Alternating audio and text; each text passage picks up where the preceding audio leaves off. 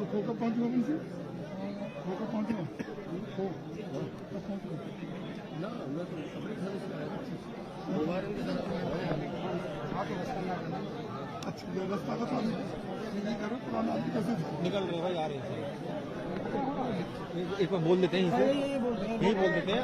अभी खोलना मत, अभी खोलना मत, ये कैमरे में अंदर था तो। अरे नहीं भाई, भैया भैया एक मिनट चाहिए, एक मिनट जाओ, एक मिनट बोलिए अंदर ही। अभी हम लोग यहीं पर बाइट लेंगे, यहीं पर बाइट लेंगे।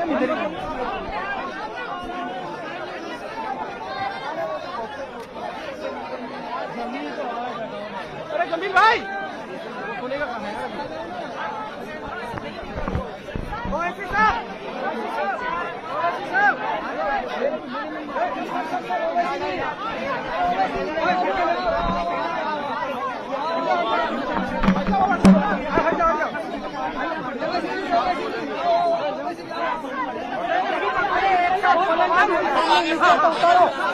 मीडिया को जाएगा लोगों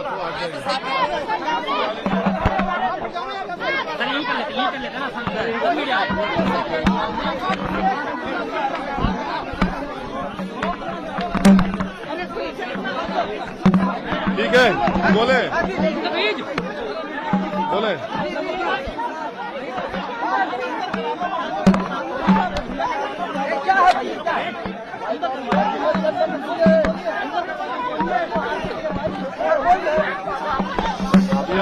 अभी हम जुनैद के घर को आए हैं,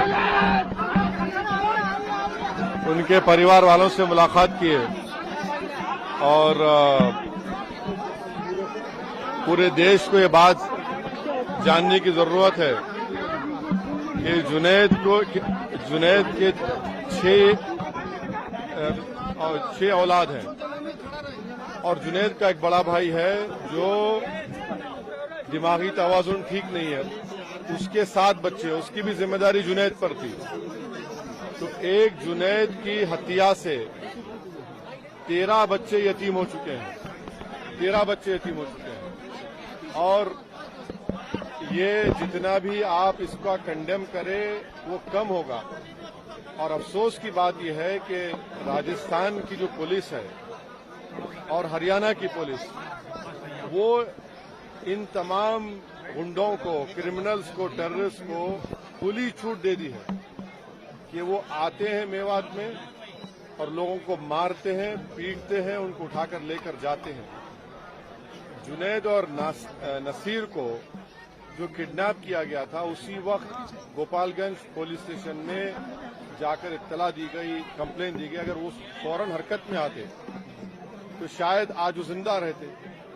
अभी उनके परिवार के लोग हमको बता रहे थे कि फिरोजपुर झिरका का जो सीआई है, वहां की जो पुलिस है, वो तो पूरा इस गैंग के साथ मिली भी है। और उनके परिवार के लोग ये भी बता रहे हैं कि जिस गैंग ने जो 6 एक्यूज जो है, जिनको एलिज एक्यूज है, एफआईआर में नाम है, वो इतना मारे जुनैद और नसीर को, ले जाकर पुलिस स्टेशन में जब उनको दिए तो पुलिस ने इनकार कर दिया उनको लेने से। तो उसके बाद वहां से 170 किलोमीटर दूर ले जाकर उनकी गाड़ी, जली हुई गाड़ी और जली लाश मिली। आप बताइए कि फिर ये क्या हो रहा है हमारे देश में? आखिर कब तक बीजेपी ऐसे गैंग्स की सरपरस्ती और उनको पॉलिटिकल पैट्रोनेज देगी? कितने लोगों को आप, कितने बच्चों को बेवा करेंगे, कितने बच्चों को यतीम करेंगे? आखिर रूल ऑफ लॉ कहाँ है? अनेक खुले हथियारों के साथ फिरते हैं, यूट्यूब पर गोली चलाते हैं, वीडियो डालते हैं, सिल्वर बटन मिलता है, फेसबुक पर वारिस का जिस्म दिखाया गया, उसके बाद वारिस मर गया तो हरियाणा की पुलिस ने कहा कि एक्सीडेंट से हमारा परिवार कहते हैं कि उसको मारा गया। तो ये तो ओपन एक मर्डर है और इसको अगर आप जेनोसाइड भी कहेंगे तो गलत नहीं होगा।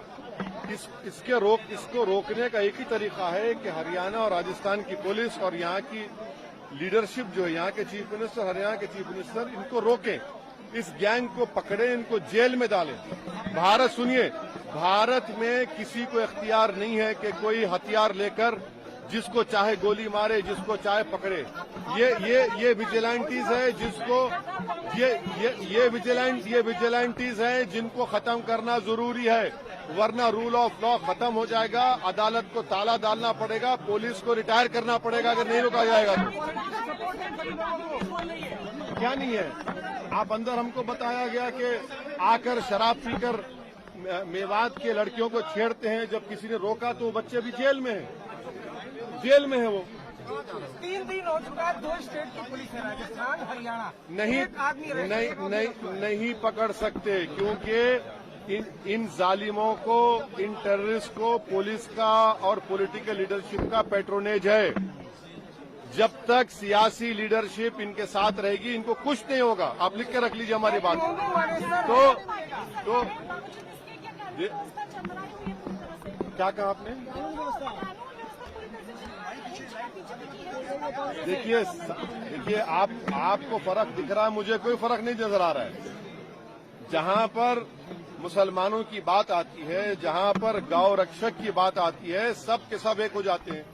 अगर गोपालगंज की पुलिस को जब कंप्लेन दिया गया था वो फौरन हरकत में आते तो वो बॉर्डर क्रॉस नहीं करते, उसको रोक लिया जाता। अरे सुनिए, ये उसको पॉलिटिसाइज वही लोग कर सकते हैं जिनमें इंसानियत मर चुकी है। अगर आप इंसाफ दिलाना चाहते हैं तो इन सो कॉल्ड गौ रक्षक जहां कहीं विदेश में है इनको रोकिए, वरना पुलिस के जितने आप रिटायर कर दीजिए, कोर्ट्स को बंद कर दीजिए, क्या जरूरत है? इनके हवाले कर दीजिए। आप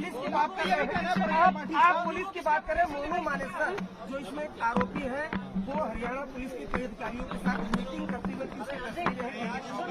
वो जिस शख्स का आपने नाम लिया वो कासिम को 12th स्टैंडर्ड के लड़के को गोली मारता है, एफआईआर में नाम है, फिर भी नहीं पकड़ रही पुलिस उसको। जिसका आपने नाम लिया उसने वारिस को पकड़कर उसके वारिस के मुंह से खून बह रहा था, फेसबुक पर लाइव किया, उसके बाद डिलीट कर दिया। ये तमाम सुनिए, ये तमाम जालिमों को, टेररिस्ट को पॉलिटिकल पैट्रोनेज है। मैं देश के प्रधानमंत्री से डिमांड करता हूं कि आपकी पार्टी, आपकी सरकार इन लोगों की मदद करना छोड़िए। पुलिस अगर अपना काम नहीं करेगी तो फिर कौन करेगा? अगर आपकी पॉलिटिकल लीडरशिप काम नहीं करेगी तो देश तो फिर इन विजिलेंटी से चलेगा। वैसे साहब क्या लग रहा है कि पॉलिटिकल पार्टी से पॉलिटिकल रैली लेने की कोशिश कर रही है? भाई साहब, चाहे वो कांग्रेस हो, बीजेपी हो, वो देखिए, इन पीड़ित परिवार का एक ही डिमांड है कि उनको सबसे पहले उनको गिरफ्तार किया जाए और एक स्पेशल कोर्ट के जरिए उन पर केस चलाया जाए और उनको सजा मिले। और चौथी बात यह है कि ये जो जुल्म हर महीने या 10 दिन में होता है ये बंद होना चाहिए।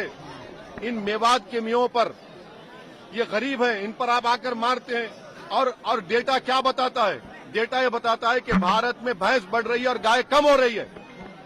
कैसे कम हो रही है? फिर आप इनको रोकिए। ये होते कौन है कि अपने हाथ में कानून लेंगे, ये जिसको चाहे मारेंगे, जिसको चाहे मर्डर कर देंगे। मेवात के इलाके की बात है, कहीं और भी ऐसी घटनाएं बहुत सी जगहों पर, कहाँ नहीं हो रहा है। देखिए, पिछले चाहे पीलू खान हो, इखलाक हो, ये सब रकबर हो, कितना होगा ये?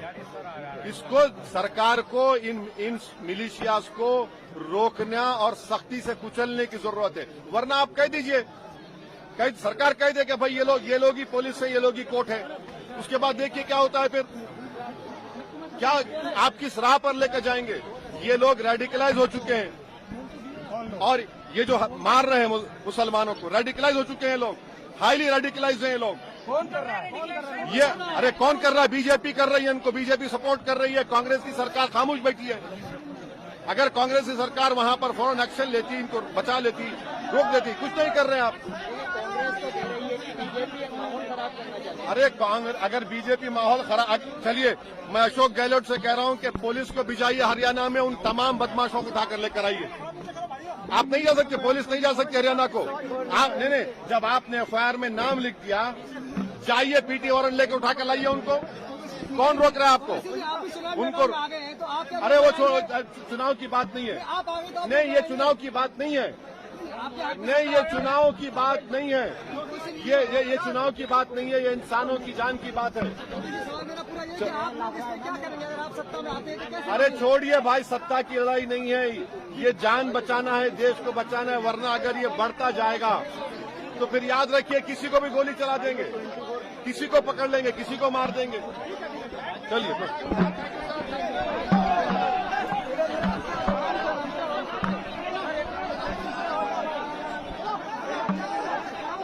अरे विमल जी, इसको छोड़ो, हटो हटो हटो।